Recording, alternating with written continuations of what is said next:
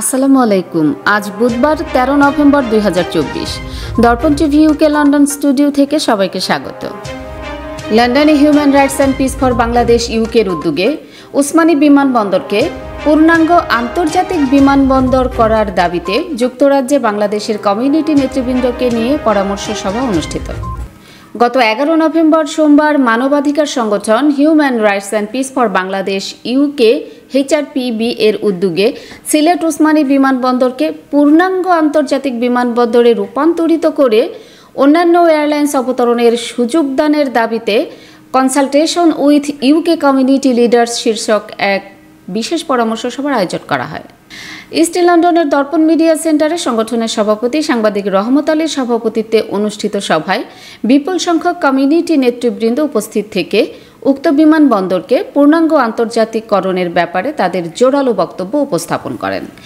তাদের মধ্যে রয়েছেন HRPB এর সহসভাপতি শাহ মুনিম, সহসভাপতি সাবেক speaker Ahbab Hossain, treasurer Misba Kamal, Osmani foundation ইউকের চেয়ারম্যান কবির উদ্দিন, সিলেট গণদাবি পরিষদের সভাপতি শফিকুর রহমান, মুক্তিযুদ্ধ চেতনা বিকাশ কেন্দ্রের chairman Mahmud Hasan MBE, councillor Osman Gani, সাবেক মেয়র পারভেজ আহমদ, ব্যারিস্টার আতাউর রহমান, সাবেক কাউন্সিলর আয়েশা চৌধুরী, সাবেক mayor Faruk Chowdhury, councillor Foyzur Rahman, Airlink ট্রাভেলসের CEO সামি সানাউল্লাহ, বাংলাদেশ প্রবাসী কল্যাণ পরিষদ ইউকের general secretary accountant Syed Ahbab Hossain, Abdul Aziz, Abdul Hannan, Abdul বারি, আক্তার হোসেন, মুক্তিযোদ্ধা লোকমান হোসেন, টিপু হোসেন, বালাগঞ্জ উসমানী নগর এডুকেশন ট্রাস্টের এজাজ হোসেন দিলু, মৌলানা মোহাম্মদ নুরুল হক, দিলু চৌধুরী, মঞ্জুর চৌধুরী, আবু সুফিয়ান চৌধুরী, আনোয়ার খান, মোহাম্মদ আলী প্রমুখ।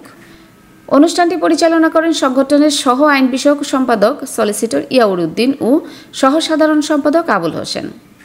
সভায় নেতৃবৃন্দ এই বিমানবন্দরকে পূর্ণাঙ্গ আন্তর্জাতিক বিমানবন্দরে রূপান্তরিত করার ব্যাপারে জোরালো বক্তব্য উপস্থাপন করে অবিলম্বে বিদেশি এয়ারলাইন্সগুলি অবতরণের সুযোগ করে দেওয়ার জন্য বর্তমান অন্তর্বর্তী সরকারের কাছে জোর দাবি জানান। সাথে সাথে ভাড়া বৈষম্য দূর করে সমতা ফিরিয়ে আনার দাবিও জানান। বক্তারা উল্লেখ করেন, সিলেট MAG উসমানী বিমানবন্দর নামে আন্তর্জাতিক হলেও সত্যিকার অর্থে আন্তর্জাতিক বিমানবন্দর বলতে যা বোঝায় সামগ্রিক বিবেচনায় তা মনে হয় না। যদি সত্যিকার আন্তর্জাতিক বিমানবন্দর হতো তাহলে এখানে বহুজাতিক এয়ারলাইন্সগুলোর ফ্লাইটসমূহ সিলেট থেকে সরাসরি আসা যাওয়া করত বা সেখানে অবতরণ করার সুযোগ পেত। শুধুমাত্র বিমানের কয়েকটি ফ্লাইট যুক্তরাজ্য ও মধ্যপ্রাচ্যে যাওয়া আসা ছাড়া এখানে আর কোনো আন্তর্জাতিক ফ্লাইটের সুযোগ নেই। জমি নিয়ে হয়রানি আর নয়। পূর্বাচল প্রবাসী পল্লী লেআউট প্ল্যানের মধ্যে দিচ্ছে আপনার পছন্দের জমি মূল্য পরিশোধের সাথে সাথে রেজিস্ট্রেশনের সুবিধা। প্রবাসী পল্লী গ্রুপ, প্রবাসী ও স্বদেশীদের জন্য। বক্তারা আরও উল্লেখ করেন যে বাংলাদেশের উপর দিয়ে বয়ে যাওয়া 2022 সালের ঘূর্ণিঝড় সিট্রাংয়ের সময় প্রমাণ হয় যে সিলেট উসমানী আন্তর্জাতিক বিমানবন্দরে চাইলে বিদেশি যে কোনো এয়ারলাইন্স নামতে ও উঠতে পারে, কেননা সে সময় ঢাকা থেকে ডাইভার্টেড হয়ে অল্প সময়ের মধ্যে 8টি আন্তর্জাতিক ফ্লাইট সিলেটে ওঠানামা করেছে।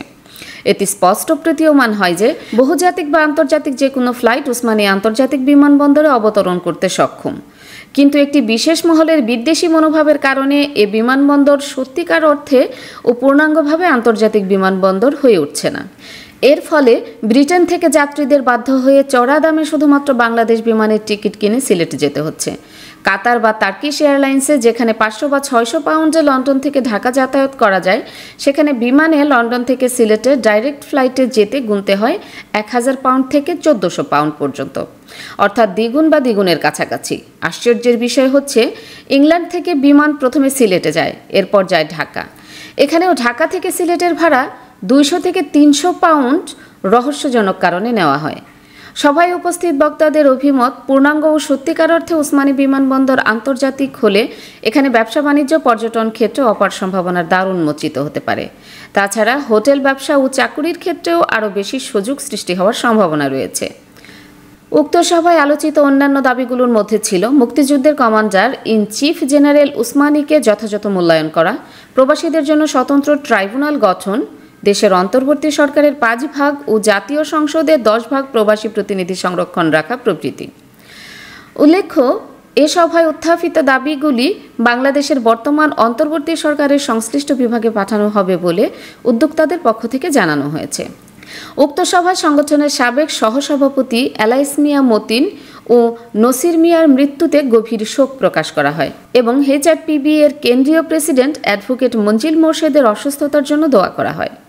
তো আমাদের দীর্ঘদিনের দাবি যে পূর্ণাঙ্গ আন্তর্জাতিক বিমানবন্দর হিসাবে সিলেট উসমানী বিমানবন্দরকে প্রতিষ্ঠিত করা হোক এবং এই বিমানবন্দর দীর্ঘদিন থেকে এইভাবে সার্ভিস দিচ্ছে যে কারণে এই এলাকার মানুষ সেই আন্তর্জাতিকের স্বাদ পাচ্ছে না।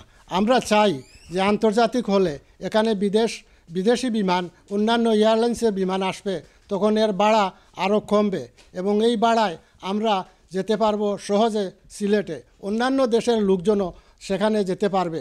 এখন ভাড়া বৈষম্যের কারণে আমরা অনেকে সিলেটে না গিয়ে ঢাকায় যায়, ঢাকায় ভাড়া কম কিন্তু সিলেটে ভাড়া বেশি। নিয়মমতো আগে নামলে সেখানে ভাড়া কম হওয়ার কথা ছিল, কিন্তু এখন দেখা যায় যে আগে নামলে ভাড়া বেশি হয়।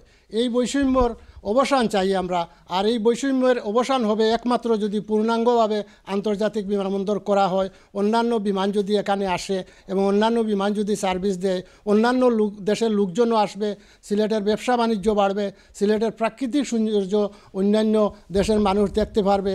সুতরাং আমরা এই দাবির কারণে আমাদের human rights and peace for Bangladesh ইউকের পক্ষ থেকে আজকে এখানে আমরা সবার আয়োজন করেছি। There are no international facilities apart from একটা বিমান, বাংলাদেশ বিমান ছাড়া অন্যান্য এয়ারক্রাফট সেখানে লামার ওঠার সুযোগ নাই, যার কারণে we the Sylhetis have been badly discriminated on the fares. যেখানে ঢাকাতে গেলে 800 পাউন্ড, সিলেটে গেলে এখানে 1400 পাউন্ড।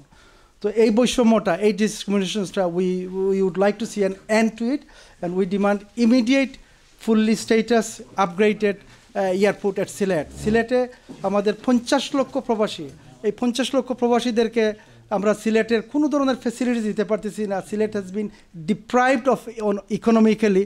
যদি সিলেটে যদি ইন্টারন্যাশনাল অন্যান্য এয়ারক্রাফট লামার ওঠার যদি সুযোগ দেওয়া হয়, তাহলে সিলেটের economy will get A serious boost. এই জন্য আমরা বর্তমান ইন্টেরিয়াম সরকারের কাছে এটা ডিমান্ড করতেছি যে without further delays Sylhet should be immediately implemented as an international airport. কি আপা দেখে চলতে পারেন না? সরি আপু, আগামীকাল আমার ওমরার ফ্লাইট, আমার জন্য আবায়া কিনতে হবে, হাজবেন্ডের জন্য তোপ এবং মেহমের কাপড় কিনতে হবে, যার জন্য খুবই প্যারায় আছি। আরে আপু, এটা তো কোনো সমস্যাই না। সালমা আবায়াতে আপনি আপনার পছন্দের সবকিছু এক ছাদের নিচে পেয়ে যাবেন। তাই নাকি? তাহলে তো ভালোই হয়। Salma Abaya House, 118 Whitechapel Road, London E11JE. Are you tired from pedaling your bicycle? Then it's time to get an e-bike. Get an e-bike from JMG Bike and get 6 months free services. JMG Bike. We sell and repair. We also sell bike accessories. Visit our showroom today. Remember, for e-bike, JMG Bike. 24 ঘন্টা সপ্তাহে 7 দিন আকর্ষণীয় exchange রেটে সমগ্র যুক্তরাজ্য থেকে বাংলাদেশে টাকা পাঠান। IFIC মানি ট্রান্সফার UK লিমিটেডের মাধ্যমে যখনই পাঠাবেন তখনই জমা হবে IFIC কিংবা দেশের যে কোনো ব্যাংক অ্যাকাউন্ট এবং বিকাশ ও নগদ ওয়ালেটে। মানি ট্রান্সফার করতে সার্বক্ষণিক আছে আমাদের মোবাইল অ্যাপ এবং আপনার নিকটস্থ অনুমোদিত এজেন্টস। বিস্তারিত জানতে কল করুন 020-7247-9670 নম্বরে। আমাদের ঠিকানা 18 Brick Lane, London E1 6RF UK। IFIC money transfer UK limited, IFIC ব্যাংকের নিজস্ব প্রতিষ্ঠান।